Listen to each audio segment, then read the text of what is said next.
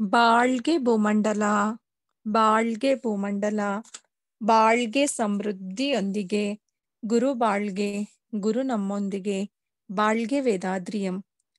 ಆತ್ಮೀಯ ಯೋಗ ಬಂಧುಗಳೇ, ಸರ್ವಶಕ್ತನಾದ ದೈವ ಹಾಗೂ ದೈವಿಕ ತಂದೆ ತತ್ವಜ್ಞಾನಿ ಗುರು ವೇದಾದ್ರಿ ಮಹರ್ಷಿಯವರನ್ನ ವಂದಿಸಿ, ದೈವಿಕ ಮಹಾಶಕ್ತಿಯ ಕರುಣೆ ಹಾಗೂ ದೈವದ ಕೃಪೆ ನಮ್ಮೊಂದಿಗೆ ಸದಾ ಇರಲಿ ಎಂದು ಹಾರೈಸುತ್ತಾ, ವಿಶ್ವ ಸಮುದಾಯ ಸೇವಾ ಸಂಘ ಕರ್ನಾಟಕ ವಲಯ ಆಯೋಜಿಸಿರುವ ಈ ಸಂಜೆಯ ಆತ್ಮಸಂಗಮ ಕಾರ್ಯಕ್ರಮಕ್ಕೆ ಎಲ್ಲ ಆತ್ಮ ಬಂಧುಗಳನ್ನ ವಿಶ್ವ ಸಮುದಾಯ ಸೇವಾ ಸಂಘ ಕರ್ನಾಟಕ ವಲಯದ ಪರವಾಗಿ ಹೃತ್ಪೂರ್ವಕವಾಗಿ ಸ್ವಾಗತಿಸುತ್ತಿದ್ದೇನೆ. ಆತ್ಮೀಯರೇ, ಈ ದಿನದ ಕಾರ್ಯಕ್ರಮದಲ್ಲಿ ನಮ್ಮೊಂದಿಗೆ ವಿಶ್ವ ಸಮುದಾಯ ಸೇವಾ ಸಂಘದ ಹಿರಿಯ ಪ್ರಾಧ್ಯಾಪಕರಾದಂತಹ ಶ್ರೀನಿವಾಸಯ್ಯನವರು ಇರುತ್ತಾರೆ. ಇವರನ್ನು ಈ ಕಾರ್ಯಕ್ರಮಕ್ಕೆ ಸ್ವಾಗತಿಸುತ್ತಾ ಇವರ ಬಗ್ಗೆ ಒಂದು ಕಿರು ಪರಿಚಯವನ್ನ ನೀಡಲು ಇಚ್ಛಿಸುತ್ತೇನೆ. ಇವರು ಪೊಲೀಸ್ ಇಲಾಖೆಯಲ್ಲಿ ಸೇವೆ ಸಲ್ಲಿಸಿದ್ದು ಈಗ ನಿವೃತ್ತರಾಗಿರುತ್ತಾರೆ.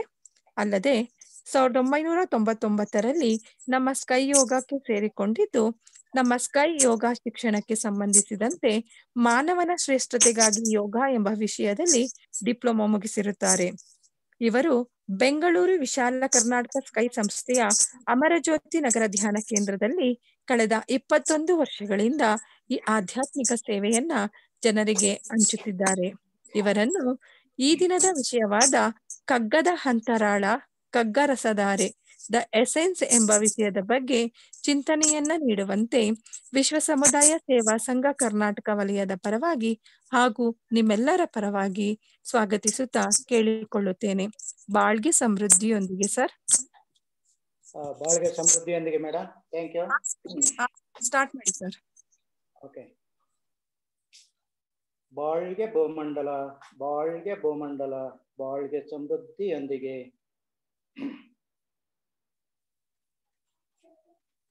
ಗುರು ಬಾಳ್ಗೆ, ಗುರು ನಮ್ಮೊಂದಿಗೆ. ಚಿಂತೆಯ ಅಡಗಿಸಿ ಮೌನವಾಗಿರುವ ಮಹಿಮೆಯನ್ನು ಅರಿಯುವಂತೆ ಮಾಡಿದ ಗುರುವೇ, ಆ ಸ್ಥಿತಿಯಲ್ಲಿ ಅರಿವು ಅಚಲವಾಗಿ ಮಹದಾನಂದ ಉಕ್ಕಿ ಹರಿಯುವುದಲ್ಲಿ ಈ ಅಖಂಡ ವಿಶ್ವದಲ್ಲಿ ತಾಳಿದ ಅನೇಕ ಜನ್ಮಗಳ ಅಂತಿಮ ಫಲವಾಗಿ ಸದಾ ತನ್ನನ್ನು ಮರೆಯದ ಶಾಂತಿಯುತ ಜೀವನವ ಕರುಣಿಸಿದ ನನ್ನ ಸಂತಸದ ಸಂದೇಶ ಇದುವೇ. ಅರಿವೇ ದೈವವೆಂದರು ತಾಯಿ ಮಾನವ, ಆಂತರ್ಯವೇ ದೈವತ್ವವೆಂದು ತೋರಿಸಿ ಅರಿದವರು ಅರ್ಥೈಸಿದರು ತಿರುವಳ್ಳುವರು. ಆ ಅರಿವನ್ನು ಅರಿಯುವ ಕ್ರಮಗಳನ್ನು ಅರುಹಿದರು ಜ್ಞಾನಿ ತಿರುಮೂಲ. ಆ ಅರಿವಿನಲ್ಲಿ ಲಯಿಸಿ ಆನಂದದಿ ಕವಿತೆ ರಚಿಸಿದರು ರಾಮಲಿಂಗರು. ಅರಿವಿನ ಅರಿವಾಗಿ ನೆಲೆಸಿ ಧರ್ಮಗಳನ್ನು ರೂಪಿಸಿ ಅದರಂತೆ ಜೀವಿಸಿದವರನ್ನು ಸ್ಮರಿಸೋಣ. ಬಾಳ್ಗೆ ಸಮೃದ್ಧಿಯೊಂದಿಗೆ.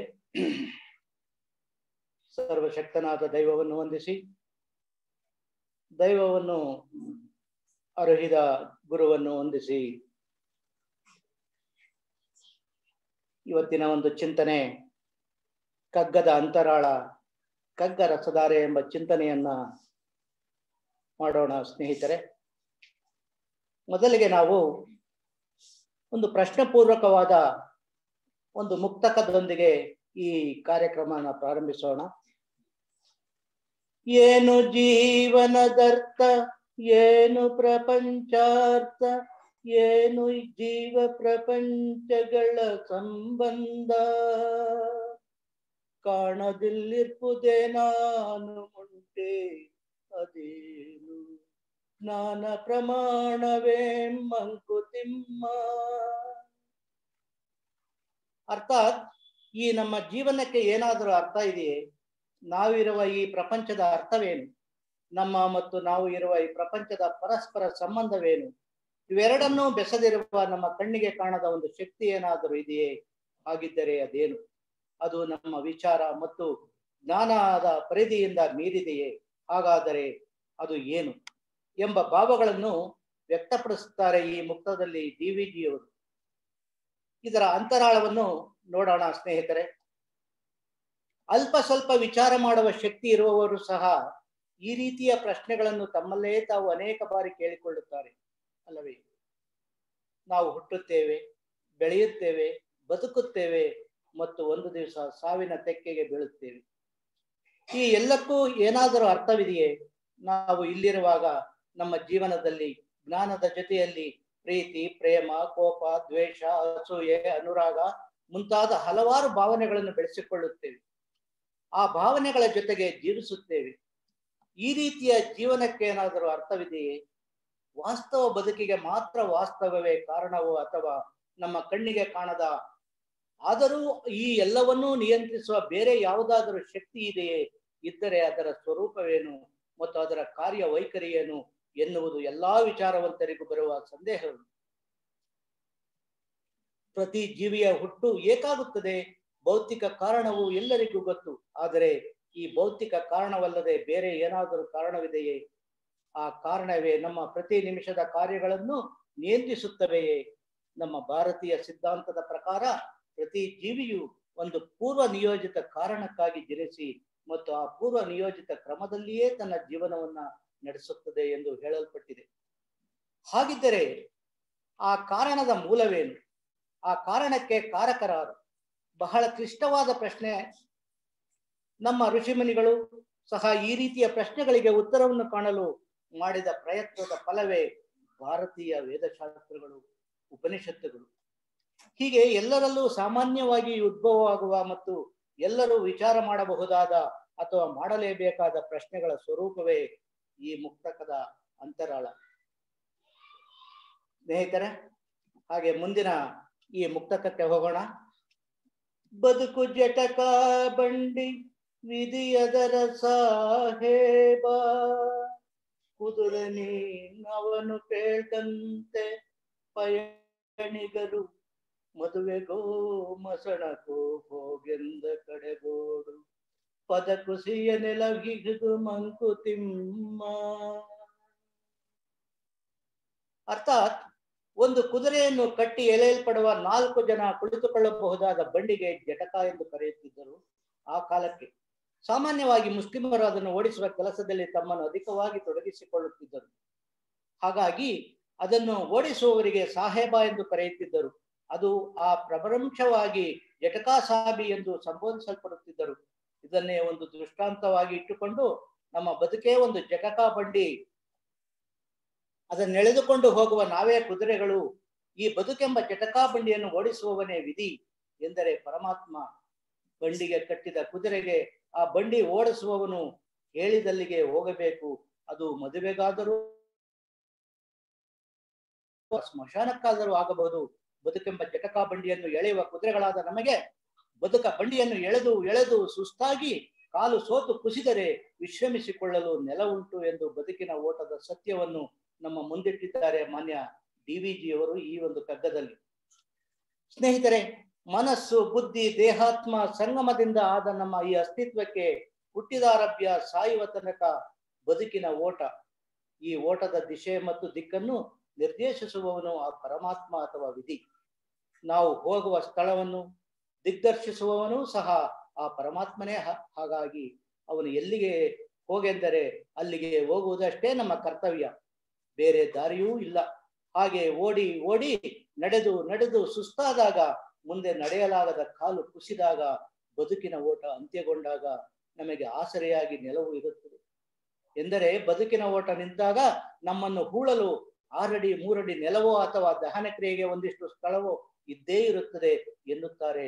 ಪದ ಕುಸಿಯೇ ನೆಲವಿಹುದು ಎನ್ನುತ್ತಾ ಮಾನ್ಯ ಡಿವಿಜಿಯವರು. ಒಳ್ಳೆಯದೋ ಕೆಟ್ಟದ್ದೋ? ಒಳ್ಳೆಯದು ಅಂದರೆ ಮದುವೆಗೋ, ಕೆಟ್ಟದ್ದು ಅಂದರೆ ಮಸಣಕೋ. ಒಟ್ಟಾರೆ ನಮ್ಮ ಜೀವನದ ಗತಿ ಆ ಪರಮಾತ್ಮನ ಆಣತಿಯಂತೆ ನಡೆಯುತ್ತದೆ. ಇದು ತತ್ವ. ಇದನ್ನರಿತು ಪುರಂದರದಾಸರು ನಾನು ಎಂಬುದ ಬಿಟ್ಟು ಜ್ಞಾನಿಗಳೊಡಗೂಡಿ ಏನಲ್ಲಕ್ಕೆ ದೇವ ಪ್ರೇರಣೆ ಎಂದು ಹೇಳುವಂತೆ ದೈವದ ನಿರ್ದೇಶನದಂತೆ ನಡೆಯಬೇಕು. ನಮ್ಮ ಅಹಂಕಾರವನ್ನು ತೊರೆದು ತಾಳ್ಮೆಯಿಂದ ಎಲ್ಲವನ್ನು ಅನುಭವಿಸುತ್ತಾ ಬದುಕಿನ ಹಾದಿಯಲ್ಲಿ ನಮಗೆ ಸಿಕ್ಕಿದ್ದನ್ನು ಆ ಪರಮಾತ್ಮನ ಪ್ರಸಾದವೆಂದು ಬಗೆದು ತೃಪ್ತಿಯಿಂದ ಬಾಳಿದರೆ ಕಷ್ಟವಾಗಲಿ ಸುಖವಾಗಲಿ ನೆಮ್ಮದಿಯ ಶಾಂತ ಜೀವನ ನಮ್ಮದಾಗುತ್ತದೆ ಎನ್ನುವುದೇ ಈ ಒಂದು ಮುಕ್ತಕದ ಅಂತರಾಳ. ಸ್ನೇಹಿತರೆ, ಮುಂದಿನ ಕಗ್ಗ ಏನ್ ಹೇಳುತ್ತೆ ನೋಡೋಣ. ಜೀವನದೊಂದು ಕಲೆಯು ಕಲಿಸುವುದೆಂತು ಸಾವಿರದ ನಿಯಮ ಯುಕ್ತಿಗಳ ನೊರೆದೊಡೆಯುಂ ಆವುದೋ ಕುಶಲತೆಯೊಂದಿರದೆ ಜಯವಿರದು ಆ ವಿವರ ನಿನ್ನೊಳಗೆ ಮಂಕುತಿಮ್ಮ. ಅರ್ಥಾತ್ ಬದುಕುವುದು ಒಂದು ಕಲೆ, ಆದರೆ ಆ ಕಲೆಯನ್ನು ಕಲಿಸುವುದು ಹೇಗೆ? ಸಾವಿರಾರು ನಿಯಮಗಳು, ಸೂತ್ರಗಳು, ಯುಕ್ತಿಗಳನ್ನು ಪಾಠ ಹೇಳಿಕೊಟ್ಟಂತೆ ಕಲಿಸಿದರೂ ಅಂತರಂಗದ ಕುಶಲತೆ ಇಲ್ಲದಿದ್ದರೆ ಬದುಕಿನಲ್ಲಿ ಜಯವಿರುವುದಿಲ್ಲ. ಆ ಕುಶಲತೆಯ ವಿವರವನ್ನು ನೀನು ನಿನ್ನೊಳಗೇ ಕಂಡುಕೋ ಎಂದು ಬದುಕಿನ ಜಯಕ್ಕೆ ಒಂದು ಮಾರ್ಗ ತೋರಿದ್ದಾರೆ ಈ ಮುಕ್ತಕದಲ್ಲಿ. ಹುಟ್ಟಿದ ಎಲ್ಲರಿಗೂ ಒಂದು ಬದುಕುಂಟು, ಆದರೆ ಸುಮ್ಮನೆ ಬದುಕುವುದಕ್ಕೂ ಸಾರ್ಥಕತೆಯಿಂದ ಬದುಕುವುದಕ್ಕೂ ವ್ಯತ್ಯಾಸವಿದೆಯೇ? ಸಾರ್ಥಕತೆಯಿಂದ ಬದುಕುವುದು ಒಂದು ಕಲೆ, ಅದಕ್ಕೆ ಕುಶಲತೆ ಬೇಕು. ಆದರೆ ಸಾರ್ಥಕತೆ ಎಂದರೆ ಏನು ಎಂದರೆ ಸಕಲ ಪ್ರಾಣಿಗಳಿಗೂ ಆನಂದವೇ ಬಾಳಿನ ಗುರಿ. ಹಾಗಾಗಿ ನಾವು ಆನಂದ ಪಡುವುದೋ, ನಾವು ಪಡೆದ ಆನಂದವನ್ನು ಅನ್ಯರಿಗೆ ಹಂಚುವುದೋ, ಅನ್ಯರ ಆನಂದಕ್ಕೆ ಕಾರಣವಾಗುವುದೋ ಅಥವಾ ಅನ್ಯರ ಆನಂದಕ್ಕೆ ಧಕ್ಕೆಯಾಗದಂತೆ ಬದುಕಿದರೆ ಅಂತಹ ಬದುಕನ್ನು ಸಾರ್ಥಕ ಬದುಕೆನ್ನಬಹುದು. ಹೇಗೆ ಜೀವಿಸಬೇಕು ಎಂದು ನಮಗೆ ನಾನಾ ವಿಧಾನಗಳನ್ನು ಬೋಧಿಸುವ, ಹಾದಿಗಳನ್ನು ತೋರುವ ವೇದ, ಉಪನಿಷತ್ತು, ಪುರಾಣ, ನೀತಿ ಕಥೆಗಳ ಸಾಹಿತ್ಯ ನಮ್ಮಲ್ಲಿ ಹೇರಳವಾಗಿ ಲಭ್ಯವಿದೆ. ಇವೆಲ್ಲ ನಮಗೆ ಹೊರಗಿನಿಂದ ಸಿಗುವ ಪುಸ್ತಕಗಳ ವಿಚಾರಗಳು. ಮನಸ್ಸು, ದೇಹ, ಬುದ್ಧಿಗೆ ಸಂಬಂಧಪಟ್ಟ ವಿಚಾರಗಳು. ಹೊರಗಿನಿಂದ ಎಷ್ಟೇ ವಿಚಾರಗಳು ಬಂದರೂ ಅದರ ಸಾರ ಅಂತರಂಗಕ್ಕೆ ಸತ್ವವಾಗಿ ಇಳಿಯದೇ ಇದ್ದರೆ ಎಷ್ಟು ಓದಿದರೂ ಎಷ್ಟು ಕೇಳಿದರೂ ಎಲ್ಲವೂ ವ್ಯರ್ಥ. ವಿಚಾರವು ಹರಿದು ಬಂದು ಅದರ ಸಾರ ಸತ್ಯವಾಗಿ ನಮ್ಮೊಳಗೆ ಇಳಿಯಬೇಕಾದರೆ ನಮ್ಮೊಳಗೆ ವಿಚಾರಗಳ ಮಂಥನವಾಗಬೇಕು.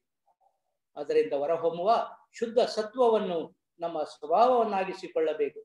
ಅಂತಹ ಶುದ್ಧ ಸತ್ವ ನಮ್ಮ ಅಂತರಂಗದಲ್ಲಿ ಆತ್ಮದೊಡನೆ ಅನುಸಂಧಾನಗೊಂಡಾಗ ನಮಗೆ ಬದುಕಿನ ಪರಮ ಗುರಿಯಾದ ಆನಂದವನ್ನು ಸಾಧಿಸುವ, ನಮ್ಮದಾಗಿಸಿಕೊಳ್ಳುವ ಮತ್ತು ಅನ್ಯರಿಗೆ ಹಂಚುವ ಕುಶಲತೆಯನ್ನು ಕಲಿಸಿಕೊಡುತ್ತದೆ. ಅಂತಹ ಕುಶಲತೆ ಸಂಪೂರ್ಣವಾಗಿ ನಮ್ಮ ಸ್ವಭಾವವಾಗಿ ಬಿಟ್ಟರೆ ನಾವು ಪುರುಷೋತ್ತಮರಾಗಿ ಬಿಡುತ್ತೇವೆ. ಅಂತ ಸತ್ವವನ್ನು ಬೆಳೆಸಿಕೊಳ್ಳಲು ಸಾಧನೆ ಬೇಕು. ಆ ಸಾಧನೆ ಹಂತ ಹಂತವಾಗಿ ಆಗಬೇಕು. ತೈತ್ತಿರೀಯ ಉಪನಿಷತ್ತಿನಲ್ಲಿ ಭೃಗುವಲ್ಲಿಯಲ್ಲಿ ಭೃಗು ಮಹರ್ಷಿಯ ಮಗ ವಾರಣಿ ಆನಂದೋ ಬ್ರಹ್ಮೇತ್ಯವ್ಯ ಜಾನಾತ್ ಎಂದು ಅರಿಯುವುದಕ್ಕೆ ಮುನ್ನ ತಪಸ್ಸಿನ ಮಾರ್ಗದಿಂದ ಅನ್ನ, ಪ್ರಾಣ, ಮನಸ್ಸು ಮತ್ತು ವಿಜ್ಞಾನಗಳನ್ನೆಲ್ಲ ಅನುಸಂಧಾನ ಮಾಡಿ ಕಟ್ಟ ಕಡೆಗೆ ಆನಂದವೇ ಬ್ರಹ್ಮವೆಂದರಿತೆ ಎನ್ನುತ್ತಾನೆ. ಹಾಗಾಗಿ ಆನಂದದಿಂದ ಬದುಕುವುದು ಎಂದರೆ ಪರಬ್ರಹ್ಮದಲ್ಲಿ ನಿರತನಾಗಿರುವುದು ಎಂದರ್ಥ. ಆನಂದದಿಂದ ಬದುಕುವುದೇ ಜೀವನದ ಕಲೆ. ಅಂತಹ ಕುಶಲತೆಯನ್ನು ನಾವು ಅಂತರಂಗದ ಮಂಥನದಿಂದ ನಮ್ಮದಾಗಿಸಿಕೊಂಡು ಬದುಕಿದರೆ ಅದೇ ಸಾರ್ಥಕ ಬದುಕು. ಸ್ನೇಹಿತರೆ, ಮುಂದಿನ ಮುಕ್ತಕಕ್ಕೆ ಹೋಗೋಣ. ಒಂದೇ ಗಗನವ ಕಾಣುತ್ತೊಂದೆ ನೆಲವನ್ನು ತುಳಿಯುತ್ತೊಂದೆ ಧಾನ್ಯವನ್ನುಂಡು ತೊಂದೆ ನೀರ್ಗುಡಿದು ಒಂದೇ ಗಾಳಿಯನ್ನು ಸಿರ್ವ ನರ ಜಾತಿಯೊಳಗೆಂತು ಬಂದು ದೀ ವೈಷಮ್ಯ ಮಂಕುತಿಮ್ಮ. ಈ ಮುಕ್ತಕದ ಅರ್ಥಾತ್ ಒಂದೇ ಆಕಾಶವ ಕಾಣುತ್ತಾ, ಒಂದೇ ನೆಲವನ್ನು ತುಳಿಯುತ್ತಾ, ಒಂದೇ ಧಾನ್ಯವನ್ನು ಉಣ್ಣುತ್ತಾ, ಒಂದೇ ಗಾಳಿಯನ್ನು ಉಸಿರಾಡುವ ಮಾನವ ಜಾತಿಯ ಒಳಗೆ ಈ ದ್ವೇಷ ಹೇಗೆ ಬಂತು ಎಂದು ನಮಗೆ ತಾವೇ ಪ್ರಶ್ನಿಸುತ್ತಾ ಈ ವಿಚಾರವನ್ನು ಓದುಗರ ಮುಂದಿಟ್ಟಿದ್ದಾರೆ ಡಿವಿಜಿಯವರು. ಸ್ನೇಹಿತರೆ, ಈ ಜಗತ್ತಿನಲ್ಲಿರುವ ಮಾನವರಿಗಷ್ಟೇ ಏನು, ಸಕಲ ಜೀವ ಸಂಕುಲಕ್ಕೂ ತಲೆಯ ಮೇಲಿನ ಆಕಾಶ ಒಂದೇ, ಇರುವ ಭೂಮಿಯೂ ಒಂದೇ. ಎಲ್ಲರೂ ತಿನ್ನುವುದು ಈ ಭೂಮಿಯ ಮೇಲೆ, ದೊರೆಯುವ ಆಹಾರವನ್ನೇ, ಕುಡಿಯುವ ನೀರಿಗೂ ಒಂದೇ ಮೂಲ. ಹಾಗಿದ್ದರೂ ಏಕೆ ಈ ವೈಷಮ್ಯ, ಏಕೆ ಈ ದ್ವೇಷ ಎಂಬ ಪ್ರಶ್ನೆ ಕಾಲಾನುಕಾಲಕ್ಕೆ ಎಲ್ಲಾ ಚಿಂತಕರ ಮನಗಳಲ್ಲೂ ಸುಳಿದು ಉತ್ತರ ಕಂಡುಕೊಳ್ಳಲು ಪ್ರಯತ್ನ ನಡೆದಿದೆ. ಆದರೆ ವಿಚಿತ್ರವೇನೆಂದರೆ ಅನಾದಿ ಕಾಲದಿಂದಲೂ ಮನುಷ್ಯರ ಗುಂಪುಗಳ ನಡುವೆ, ಒಂದು ದೇಶ ಮತ್ತು ಮತ್ತೊಂದು ದೇಶದ ನಡುವೆ, ಅಣ್ಣ ತಮ್ಮಂದಿರ ನಡುವೆ, ಎರಡು ಊರಿನ ನಡುವೆ, ಹೀಗೆ ಎರಡು ಗುಂಪುಗಳ ನಡುವೆ ಉದ್ಭವವಾಗುವ ದ್ವೇಷ, ದ್ವೇಷದಿಂದ ಆವೇಶ, ಇವೆರಡರ ಫಲವಾಗಿ ಜಗಳ ಹೊಡೆದಾಟಕ್ಕೆ ಕಾರಣವಾಗುತ್ತದೆ. ಈ ಗುಂಡಪ್ಪನವರು ಉಲ್ಲೇಖಿಸಿರುವಂತೆ ಇವುಗಳ ಮೂಲ ನೀರು ನೆಲಗಳೇ ಅಲ್ಲವೇ? ಇವುಗಳಿಗಾಗಿಯೇ ಜಗತ್ತಿನ ಎಲ್ಲಾ ಹೋರಾಟಗಳು ನಡೆದಿವೆ. ಇಂದು ನಮ್ಮ ದೇಶದ ನ್ಯಾಯಾಲಯಗಳಲ್ಲಿ ಹೂಡಲ್ಪಟ್ಟ ಕಟ್ಟಳೆಗಳಲ್ಲಿ 90% ಭೂಮಿಗೆ ಸಂಬಂಧಿಸಿದುವೇ ಆಗಿರುತ್ತವೆ. ಇಷ್ಟಿದ್ದರೆ ಮತ್ತಷ್ಟರ ಆಸೆ. ನಮ್ಮ ಜೀವಿಕೆಗೆ ಎಷ್ಟು ಬೇಕೋ ಅಷ್ಟನ್ನು ಪಡೆದು ಕರ್ಮ ಮಾಡಿ ಜೀವಿಸುವುದು ಸರಿಯಾದ ಕ್ರಮ. ಅದರ ಮಾನವ ಆಸೆಗೆ ಗಗನವೇ ಮಿತಿ. ಹಿಂದೆ ನಾ ಕೇಳಿದ ಕಥೆಯನ್ನು ಮತ್ತೊಮ್ಮೆ ಹೇಳಬೇಕು. ಒಬ್ಬನಿಗೆ ಬಹಳ ಬಹಳ ಭೂಮಿ ಬೇಕೆನಿಸಿದ್ದಂತೆ ಅವನ ತಪಸ್ಸಿಗೆ ಮೆಚ್ಚಿ ದೇವರು ಏನು ಹೊರಬೇಕೆಂದಾಗ ನನಗೆ ಹೆಚ್ಚು ಭೂಮಿ ಬೇಕು ಎಂದನಂತೆ. ನೋಡು, ನೀ ನಿಂತಿರುವ ಜಾಗದಿಂದ ಇಂದು ಸಂಜೆಯವರೆಗೆ ಎಷ್ಟು ದೂರ ಓಡಿ ಎಷ್ಟು ಭೂಮಿಯನ್ನು ಕ್ರಮಿಸಿ ಮತ್ತೆ ಸೂರ್ಯಾಸ್ತಮಾನದ ಲೋಕ ಜೀವನ ಮತನದ ವೇಳೆಗೆ ನೀ ಈಗ ನಿಂತಿರುವ ಜಾಗಕ್ಕೆ ಬಂದು ಸೇರಿದರೆ ನೀ ಎಷ್ಟು ಭೂಮಿಯನ್ನು ಉಪಕ್ರಮಿಸುತ್ತೀಯೋ ಅದನ್ನೆಲ್ಲ ನಿನಗೆ ಕೊಡುತ್ತೇನೆ ಎಂದನಂತೆ ಆ ದೇವರು. ಮಾನವರ ಬಲಹೀನತೆಗೆ ಆ ದೇವರಿಗೆ ಗೊತ್ತಿಲ್ಲವೇ? ಅದನ್ನು ಕೊಟ್ಟದ್ದು ಅವನೇ ತಾನೇ. ಸರಿ, ಇವ ಓಡಿ ಓಡಿ ಓಡಿ ಇನ್ನೂ ಸ್ವಲ್ಪ ಮುಂದೆ ಹೋಗುವ ಎಂದು ಓಡಿ ಮಧ್ಯಾಹ್ನದ ತನಕ ಓಡಿದ. ಅಯ್ಯೋ, ಹಿಂದಿರುಗಬೇಕಲ್ಲ ಎಂದು ಯೋಚನೆ ಮಾಡಿ ಮತ್ತೆ ಸ್ವಸ್ಥಾನ ಸೇರಲು ಮೊದಲಿಟ್ಟ. ಆರಂಭದ ಹುಮ್ಮಸ್ಸು ಮತ್ತು ಶಕ್ತಿ ಕುಂದಿತ್ತು. ಬರುತ್ತಾ ಬಹಳ ಸುಸ್ತಾಗಿ ಕುಸಿದ. ಇನ್ನೇನು ತಾ ಶುರು ಮಾಡಿದ ಸ್ಥಳ ಅದೋ ಅಲ್ಲಿ ಕಾಣುತ್ತಿದೆ ಎನ್ನುವಾಗ ಆ ಸೂರ್ಯ ಮುಳುಗಿಯೇ ಬಿಟ್ಟ. ಆ ದೇವರು ಮಾಯವಾಗಿ ಬಿಟ್ಟ. ಇವನಿಗೆ ಉಳಿದದ್ದು ಏನು? ಬರೀ ಶ್ರಮ, ಪಶ್ಚಾತ್ತಾಪ. ಹೀಗೆ ನಾವು ಮಾಡುವ ಕೆಲಸ, ವಸ್ತು, ವ್ಯಕ್ತಿ, ವಿಷಯಗಳನ್ನು ಬಯಸುವಾಗ ನಮ್ಮ ಮಿತಿಗಳನ್ನು ಅರಿತುಕೊಂಡರೆ ಸುಖ, ಇಲ್ಲದಿದ್ದರೆ ನಮಗೆ ಸಿಗಲಿಲ್ಲವೆಂದು ಕೋಪ, ನಮಗಿಂತ ಪರರಿಗೆ ಅಧಿಕವಾಗಿ ಸಿಕ್ಕಿದೆ ಎಂದು ಅಸೂಯೆ, ಸಿಕ್ಕರೆ ಮತ್ತಷ್ಟರ ಲೋಭ, ಅಧಿಕವಾಗಿ ಸಿಕ್ಕರೆ ಮದ, ಸಿಕ್ಕದ್ದು ನನ್ನಲ್ಲೇ ಇರಬೇಕೆನ್ನುವ ಮೋಹ, ಹೀಗೆ ಎಲ್ಲವೂ ಒಟ್ಟಿಕೊಳ್ಳುತ್ತದೆ. ಜೀವನವೇ ನರಕವಾಗುತ್ತದೆ. ಒಂದೇ ಭೂಮಿ, ಒಂದೇ ಆಕಾಶ. ಈ ಭೂಮಿ ಆಕಾಶಗಳ ಸಂಬಂಧವನ್ನು ಎಲ್ಲರೂ ಒಂದೇ ರೀತಿಯಲ್ಲಿ ಹೊಂದಿರುವಾಗ ಏಕೆ ಈ ವೈಷಮ್ಯವೆಂದರೆ? ಜಾತಿ, ಮತ, ಭಾಷೆ, ಪ್ರಾಂತ್ಯ, ದೇಶಗಳ ಎಲ್ಲೆಗಳನ್ನು ಹಾಕಿಕೊಂಡು ಮಾನವರು ಅದನ್ನು ದಕ್ಕಿಸಿಕೊಳ್ಳಲು, ಕಾಪಾಡಲು ಮತ್ತು ತಮ್ಮ ಆಧಿಕ್ಯವನ್ನು ಸಾರಲು, ಸ್ಥಿರಪಡಿಸಲು ಮಾಡುವ ನಿರಂತರ ಹೋರಾಟದ ಫಲವೇ ಈ ದ್ವೇಷಾಸೂಯೆಗಳ ವಿಷವರ್ತುಲ. ತೃಪ್ತಿಗೆ ಒಂದು ಎಲ್ಲೆ ಅಥವಾ ಮಿತಿ ಹಾಕಿಕೊಂಡರೆ ಎಲ್ಲರಿಗೂ ಸುಖ, ಇಲ್ಲದಿದ್ದರೆ ಎಲ್ಲರಿಗೂ ಹಿಂಸೆ ಮತ್ತು ಈ ಬಾಳೆ ನರಕ ಸದೃಶ. ಈ ಜಗತ್ತಿನ ಮಾನವರೆಲ್ಲ ಒಂದೇ ಭೂಮಿ, ಆಕಾಶ, ನೀರು ಎಲ್ಲವನ್ನು ಪರಮಾತ್ಮ ಎಲ್ಲರ ಉಪಯೋಗಕ್ಕಾಗಿ ನಿರ್ಮಿಸಿದ್ದಾನೆ. ಇದು ಯಾವುದು ಶಾಶ್ವತವಾಗಿ ನಮ್ಮ ಸ್ವಂತವಾಗಲು ಸಾಧ್ಯವೇ ಇಲ್ಲ. ಏಕೆಂದರೆ ಈ ಭೂಮಿಯೇ ನಮಗೆ ಸ್ವಂತ, ನಿರಂತರ ಮತ್ತು ಶಾಶ್ವತವಿಲ್ಲದಿದ್ದ ಮೇಲೆ ಈ ಭೂಮಿಯ ಮೇಲಿನ ವಸ್ತುಗಳು ಹೇಗೆ ಸ್ವಂತವಾಗಲು ಸಾಧ್ಯ? ಆತಂಕನೊಬ್ಬ ಬಾಳಿನಲ್ಲಿ ನಂಚಿನಲ್ಲಿ ಕಾದಿಲ್ಲವೇ ಇದಕ್ಕೆಲ್ಲ ಒಂದು ಅಂತ್ಯ ಹಾಡಲು? ಇಂತಹ ಪ್ರವೃತ್ತಿಯಿಂದ ನಿರಂತರ ದ್ವೇಷಾಸೂಯೆಗಳ ವಿಷವೃತ್ತದಲ್ಲಿ ನಾವು ಬೀಳುವುದು ಬೇಡ. ಹಾಗೆ ಬಿದ್ದರವನ್ನು ಬಿಡಿಸುವ ಪ್ರಯತ್ನ ಮಾಡುವ ಸ್ನೇಹಿತರೆ. ಹಾಗೆ ಮುಂದುವರಿಯುತ್ತಾ ಮುಂದಿನ ಒಂದು ಮುಕ್ತಕದಲ್ಲಿ ನೋಡೋಣ. ಗೌರವಿಸು ಜೀವನವ, ಗೌರವಿಸು ಚೇತನವ, ಆರದೋ ಜಗವೆಂದು ಛೇದವೆಣಿಸದಿರು, ಹೋರುವುದೇ ಜೀವನ ಸಮೃದ್ಧಿಗೋ ಸುಗ ನಿನಗೆ, ದಾರಿಯಾತ್ಮೋನ್ನತಿಗೆ ಮಂಕುತಿಮ್ಮ.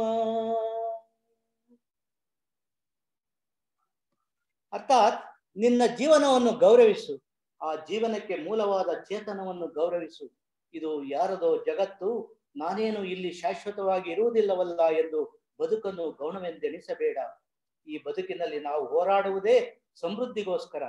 ಈ ಹೋರಾಟ ನಮಗೆ ಆತ್ಮೋನ್ನತಿಗೆ ದಾರಿಯಾಗಿದೆ ಎಂದು ಬಹಳ ಗಹನವಾದ ತತ್ವವನ್ನು ಮಾನ್ಯ DVG ಅವರು ಈ ಒಂದು ಮುಕ್ತಕದಲ್ಲಿ ನಮಗೆ ಅರುಹಿದ್ದಾರೆ. ಸ್ನೇಹಿತರೆ, ಇದರ ಅಂತರಾಳವನ್ನು ಸ್ವಲ್ಪ ನೋಡೋಣ. ಬದುಕನ್ನು ಗೌರವಿಸಬೇಕು, ಪ್ರೀತಿಸಬೇಕು. ನಮ್ಮ ಅಸ್ತಿತ್ವಕ್ಕೆ ಕಾರಣವಾದ ಪರಮ ಚೈತನ್ಯದ ಅಂಶವಾದ ಚೇತನವನ್ನು ಗೌರವಿಸಬೇಕು.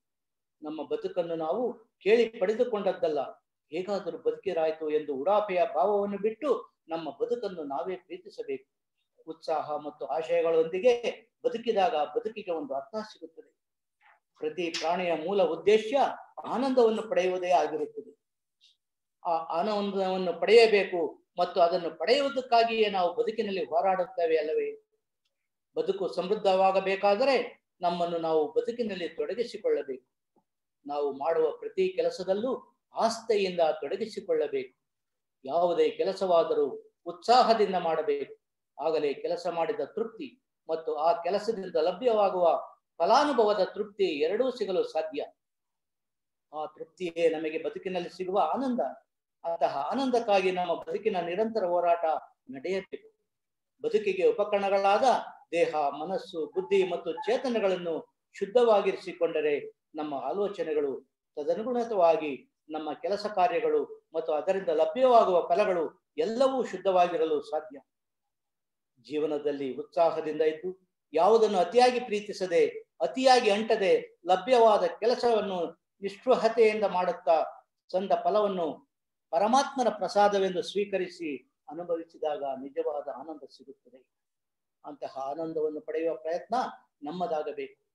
ಅಂತಹ ಆನಂದ ನಮಗೆ ಸಿಕ್ಕರೆ ಆತ್ಮೋದ್ಧಾರವಾಗಿ ಬದುಕಿನಲ್ಲಿ ಸಾರ್ಥಕ್ಯ ಪಡೆದಂತಾಗುತ್ತದೆ ಸ್ನೇಹಿತರೆ. ಹಾಗೆ ಮುಂದುವರಿಯುತ್ತಾ ಮುಂದಿನ ಮುಕ್ತಕದಲ್ಲಿ ಏನು ಹೇಳಿದ್ದಾರೆ ನೋಡೋಣ. ಹುಲ್ಲಾಗು ಬೆಟ್ಟದಡಿ ಮನೆಗೆ ಮಲ್ಲಿಗೆಯಾಗು, ಕಲ್ಲಾಗು ಕಷ್ಟಗಳ ಮಳೆಯ ವಿಧಿಸುರಿಯೇ, ಬೆಲ್ಲ ಸಕ್ಕರೆಯಾಗು ದೀನ ದುರ್ಬಲರಿಂಗೆ, ಎಲ್ಲರೊಳಗೊಂದ ಮಂಕುತಿಮ್ಮ. ಅರ್ಥಾತ್ ನೀನು ಬೆಟ್ಟದಡಿ ದನಕರುಗಳಿಗೆ ಮೇವಾಗುವಂತಹ ಹುಲ್ಲಾಗು, ನಿನ್ನ ಮನೆಗೆ ಸುವಾಸನ ಭರಿತವಾದ ಮಲ್ಲಿಗೆಯ ಹೂವಂತಾಗು. ವಿಧಿ ನಿನ್ನ ಬದುಕಿನಲ್ಲಿ ಕಷ್ಟಗಳನ್ನು ಮಳೆಯಂತೆ ಸುರಿದರೆ ನೀ ಕಲ್ಲಂತೆ ಗಟ್ಟಿಯಾಗಿ ಅವುಗಳನ್ನು ಎದುರಿಸು. ದೀನರಿಗೆ ದುರ್ಬಲರಿಗೆ ನೀನು ಬೆಲ್ಲದಂತಾಗು, ಎಲ್ಲರೊಳು ಒಂದಾಗು ಎಂದು ಸ್ವಾರಸ್ಯಕರ ಬದುಕಿನ ಗುಟ್ಟನ್ನು ನಮಗೆ ಅರಿಹಿದ್ದಾರೆ ಮಾನ್ಯ ಡಿ.ವಿ.ಜಿಯವರು ಈ ಕಗ್ಗದಲ್ಲಿ. ಸ್ನೇಹಿತರೆ, ಈ ಜಗತ್ತಿನಲ್ಲಿ ಪ್ರಯೋಜಕರಾಗಿ ಬದುಕಬೇಕು ಎನ್ನುವುದು ನಮ್ಮ ಸಂಸ್ಕೃತಿ ಮತ್ತು ಸಂಸ್ಕಾರಗಳ ಆಶಯ. ಆದರೆ ಹೇಗೆ ಎನ್ನುವುದೇ ಪ್ರಶ್ನೆ. ಬಹಳಷ್ಟು ಬಾರಿ ನಾವು ನಮಗೆ ಪ್ರಯೋಜನಕಾರಿಯಾಗಿ ವರ್ತಿಸುವುದಿಲ್ಲ. ಹಾಗಿರುವಾಗ ನಾವು ಜಗತ್ತಿಗೆ ಉಪಯೋಗಿಗಳಾಗಿ ಬದುಕುವುದು ಹೇಗೆ? ನಮ್ಮ ಅವಶ್ಯಕತೆಗಳನ್ನು ಕಡಿಮೆ ಮಾಡಿಕೊಂಡರೆ ನಮ್ಮ ಕ್ಷಮತೆಯ ಕಿಂಚಿತ್ ಭಾಗವನ್ನು ಪರಹಿತಕ್ಕಾಗಿ ಬಳಸಬಹುದು. ಬೆಟ್ಟದಡಿಯ ಹುಲ್ಲು ತನ್ನಷ್ಟಕ್ಕೆ ತಾನು ಬೆಳೆದರೂ ಅದು ದನಕರುಗಳಿಗೆ ಮೇವಾಗುತ್ತದೆಯಲ್ಲ. ಆ ರೀತಿ ನಾವೂ ಸಹ ಬದುಕಬೇಕು ಎನ್ನುತ್ತಾರೆ ಡಿ.ವಿ.ಜಿಯವರು. ಮನೆಗೆ ಮಾರಿ ಪರರಿಗುಪಕಾರಿ ಎನ್ನುವ ಗಾದೆ ಮಾತಿದೆ. ಹಾಗಲ್ಲದೆ ನಮ್ಮ ಮನೆಯವರಿಗೆಲ್ಲರಿಗೂ ಹಿತವನ್ನೀಡುತ್ತಾ ತಾನಿರುವ ಮನೆ, ಸಮಾಜ, ದೇಶ ಮತ್ತು ಜಗತ್ತಿಗೆ ಮಲ್ಲಿಗೆಯ ಸುಂದರದಂತೆ ಇದ್ದರೆ, ಎಲ್ಲರೂ ನಮ್ಮನ್ನು ಇಷ್ಟಪಡುವಂತೆ ಬದುಕಿದರೆ ಅದು ಸುಂದರ ಮತ್ತು ಸಾರ್ಥಕ ಬದುಕು ಆಗುತ್ತದೆ. ಇನ್ನು ಕಷ್ಟಗಳು ಬಾರದ ಜೀವಿ ಈ ಜಗತ್ತಿನಲ್ಲಿ ಇರಲಿಕ್ಕೆ ಸಾಧ್ಯವಿಲ್ಲ. ಆದರೆ ಆ ಕಷ್ಟಗಳ ಭಾರದಿಂದ ಕುಗ್ಗುವರೇ ಹೆಚ್ಚು. ಹಾಗೆ ಕುಗ್ಗಿದ ಮನಸ್ಸು ಸಕ್ರಿಯಾತ್ಮಕವಾಗಿಲ್ಲದೆ ಬಾಡಿದಾಗ ಜೀವನ ನೀರಸವಾಗುತ್ತದೆ.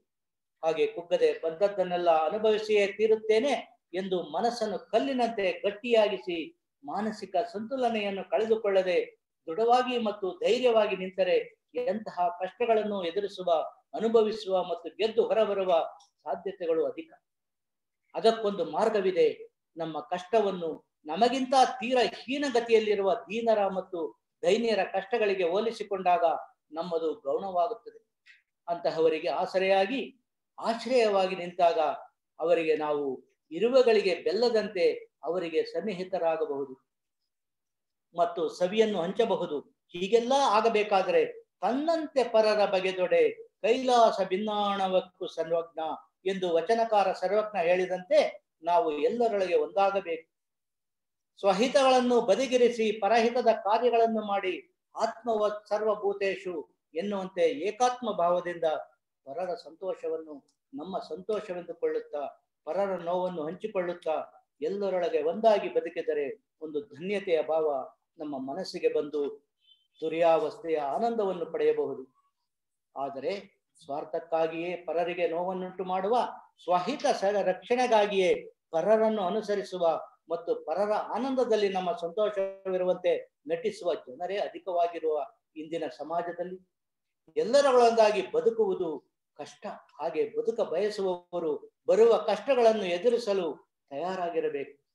ಆ ರೀತಿ ಬದುಕಿದರೆ ಅಂತಹ ಬದುಕಿನಲ್ಲಿ ಅಂತ್ಯದಲ್ಲಿ ಖಂಡಿತ ಆನಂದವು ನಿಮ್ಮದಾಗುತ್ತದೆ.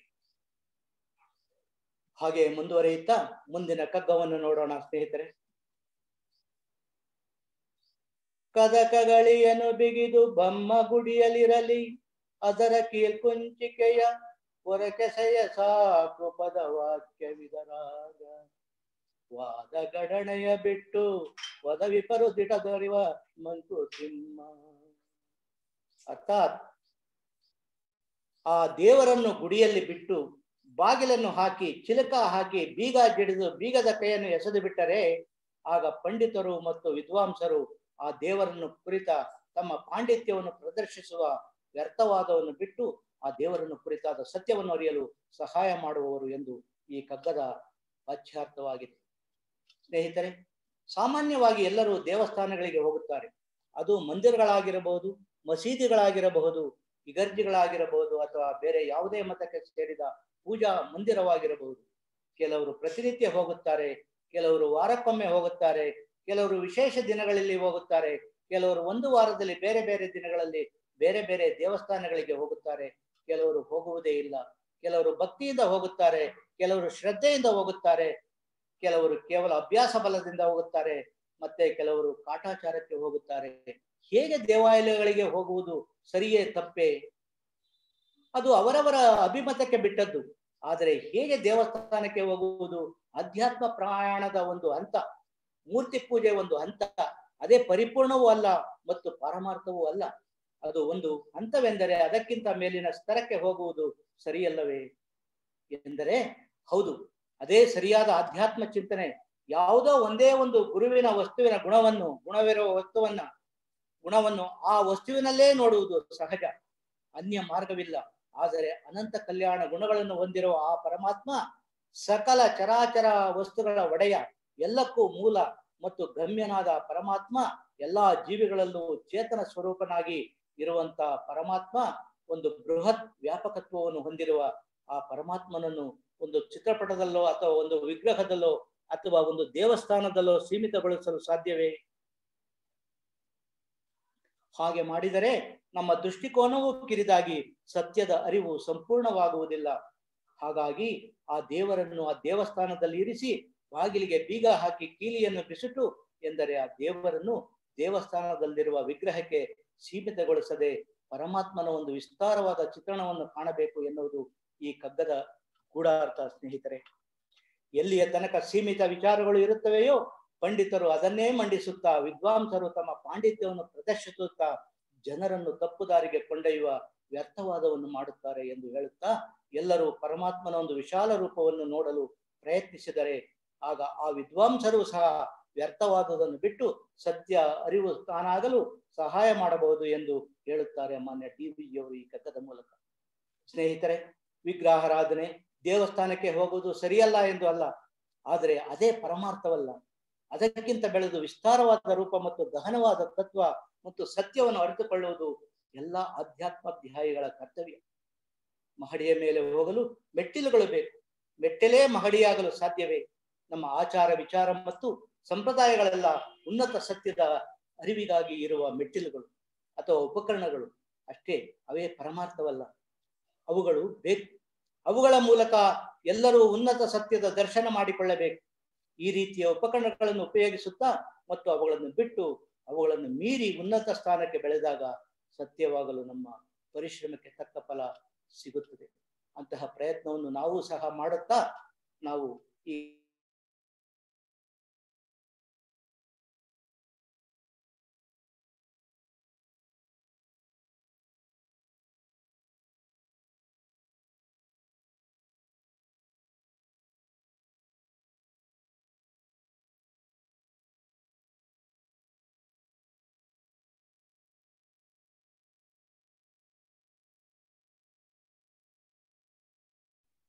ಬಾಳ್ಗೆ ಸಮೃದ್ಧಿಯೊಂದಿಗೆ ಸರ್ ಅನ್ಮ್ಯೂಟ್ ಮಾಡ್ಕೊಳ್ಳಿ ಸರ್, ಮ್ಯೂಟ್ ಆಗ್ಬಿಟ್ಟಿದೆ.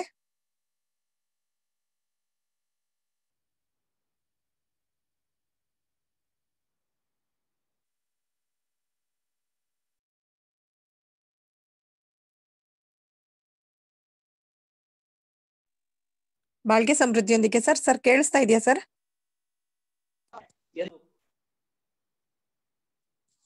ನಗಲಿ ಏನೇ ಆದರೂ ನಿನ್ನ ಮನಸ್ಸು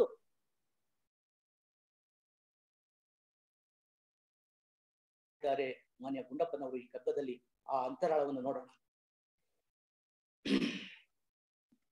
ಬ್ರಹ್ಮಾಂಡವೇ ಆ ದೇವನಾಡುವ ಬೊಂಬೆಯಾಟವಯ್ಯ ಎಂದಿದ್ದಾರೆ ಪುಣ್ಯಾತ್ಮರು. ನಾವೆಲ್ಲ ನಮ್ಮ ವಿದರಾಯನ ಕೈ ಗೊಂಬೆಗಳು ನಡೆಯಬೇಕು. ಅಷ್ಟೇ ಅಲ್ಲ, ಈ ಕಾರಣವಾದ ನಕ್ಷತ್ರ ಗ್ರಹಗಳ ಚಲನೆಯೂ ಸಹ ನಮ್ಮ ಒಂದು ಪಾತ್ರ ವಹಿಸುತ್ತದೆ. ಆದರೆ ಅವು ಹೇಗೆ ಅಥವಾ ಅವು ಹೀಗೆ ಏಕೆ ಕೆಲಸ ಮಾಡುತ್ತವೆ? ಆದ್ದರಿಂದ ಈ ವಿಧಿ ಮತ್ತು ನಮ್ಮ ಗ್ರಹಚಾರ ನಮ್ಮ ಎಂದು ನಮಗೆ ಅನಿಸುತ್ತದೆ. ಆ ಆಟವನ್ನು ನಾವೇ ಪಡೆದುಕೊಂಡು ಬಂದಿದ್ದವಲ್ಲವೇ? ಕೆಲವರಿಗೆ ಇರುತ್ತದೆ, ಕೆಲವರು ಕಷ್ಟಗಳ ಸರಮಾಲೆಗಳನ್ನೇ ಹಾಕಿಕೊಂಡು ಬಂದಿರುತ್ತಾರೆ, ಕೆಲವರು ಮುಟ್ಟಿದ್ದೆಲ್ಲ ಮಣ್ಣು, ಕೆಲವರಿಗೆ ತಾಳುವ ಶಕ್ತಿ ಇರುತ್ತದೆ, ಕೆಲವರಿಗೆ ತಿರುವುದಿಲ್ಲ. ಇದಕ್ಕೆಲ್ಲ ಆ ವಿಧಿರಾಯನ ವಿನ್ಯಾಸವೇ ಕಾರಣ. ನಮ್ಮ ಬದುಕಿನಲ್ಲಿ ನಮ್ಮ ಪಾತ್ರವೇ ಇಲ್ಲವೇ ಎಂದು ಒಂದು ಪ್ರಶ್ನೆ. ಖಂಡಿತ ನಮಗೆ ಒಂದು ಪಾತ್ರವಿದೆ. ಆ ವಿಧಿರಾಯನೊಡ್ಡಿದ ಎಲ್ಲಕ್ಕೂ ತಲೆಬಾಗಿ ಅನುಭವಿಸುವುದೇ ನಮ್ಮ ಕರ್ತವ್ಯ. ಸಹನೆ ವಿಷಯೇ ತೀರಬೇಕು. ಅಡ್ಡದಾರಿಗಳು ಬದುಕಿನಲ್ಲಿ ಸುಖವು ಶಾಶ್ವತವಲ್ಲ, ದುಃಖವು ಶಾಶ್ವತವಲ್ಲ. ಎಲ್ಲವೂ ಬಂದು ಹೋಗುವ ಬದುಕಿನ ಗಳೇ ಆಗಿವೆ. ಪಾತ್ರವನ್ನು ಧರಿಸಿದ್ದೇವೆ, ಸಂಪೂರ್ಣವಾಗಿ ನಟಿಸಿ ಹೋಗಬೇಕು. ಅದು ಸಹ ಸೂತ್ರಧಾರನ ಇಚ್ಛೆಯಂತೆ. ಹಾಗೆ ವಿಧಿ ನಿಗದಿಪಡಿಸಿದ ಬದುಕನ್ನು ಅನುಭವಿಸುವಾಗ ತಾಳ್ಮೆಯಿಂದ ಅನುಭವಿಸಿದರೆ ಒಳ್ಳೆಯದು.